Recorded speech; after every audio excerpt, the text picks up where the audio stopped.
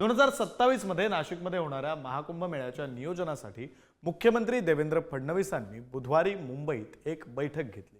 उपमुख्यमंत्री एकनाथ शिंदे आणि उपमुख्यमंत्री अजित पवार हे दोघेही उपमुख्यमंत्री या बैठकीला उपस्थित नव्हते।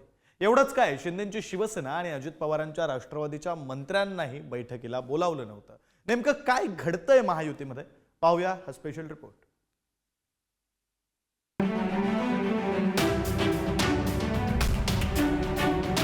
एकीकडे महाशिवरात्रीच्या मुहूर्तावर प्रयागराज मधल्या कुंभमेळ्याची समाप्ती होती, तर दुसरीकडे 2027 मध्ये नाशिकमध्ये होणाऱ्या महाकुंभ मेळ्याचे वेध लागलेत। या कुंभमेळ्याच्या तयारीचा आढावा घेण्यासाठी मुख्यमंत्री देवेंद्र फडणवीस यांनी बुधवारी बैठक घेतली। मात्र भाजपाचे कुंभमेळा मंत्री गिरीश महाजन यांचा अपवाद वगळता कोणीही मंत्री बैठकीला उपस्थित नव्हता। उपमुख्यमंत्री एकनाथ शिंदे आणि अजित पवार या दोघांनीही या बैठकीकडे पाठ फिरवली। कुंभमेळा नियोजनावरून महायुतीत महाविसंवाद। 14 फेब्रुवारीला मुख्यमंत्री देवेंद्र फडणवीस यांनी बोलवलेल्या नाशिक महानगर प्रदेश विकास प्राधिकरणाच्या बैठकीला एकनाथ शिंदे आणि दादा भुसे यांनी दांडी मारली। त्यानंतर लगेच 2 दिवसांनी एकनाथ शिंदे यांनी नाशिकला भेट देऊन कुंभमेळ्यासाठी स्वतंत्र आढावा बैठक घेतली। या बैठकीला मंत्री गिरीश महाजन यांना डावलण्यात आलं होतं। कुंभमेळा मंत्री गिरीश महाजन यांनी नाशिकमध्ये बोलवलेल्या बैठकीला शिंदे सेनेचे मंत्री दादा भुसे गैरहजर राहिले होते।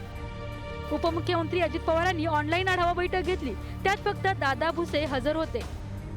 तर सह्याद्री अतिथीगृहावर आज झालेल्या बैठकीला दोन्ही उपमुख्यमंत्र्यांनी पूर्वनियोजित कार्यक्रमाचं कारण सांगत दांडी मारली। आज त्यांचा पूर्वनियोजित कार्यक्रम होता।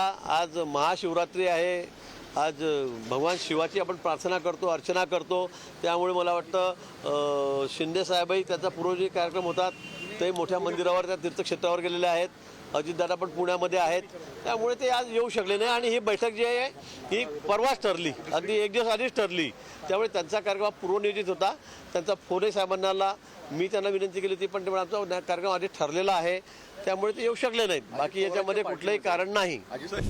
नाशिकच्या पालकमंत्री पदावरून सध्या महायुतीत रस्सीखेच सुरू आहे। पालकमंत्री पद आपल्याला मिळावं यासाठी अजित पवार आणि एकनाथ शिंदे यांचे नेते इच्छुक आहेत, तर दुसरीकडे भाजपनं देखील पालकमंत्री पदाचा दावा कायम ठेवलाय।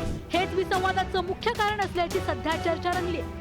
पालकमंत्री म्हणूनही योग्य निर्णय हा लवकर होईल मला वाटतं। तर मी रोज सांगतो तुम्हाला 2-3 दिवसात होईल, पण मला वाटतं ते 2-3 दिवस तर लवकर संपतील।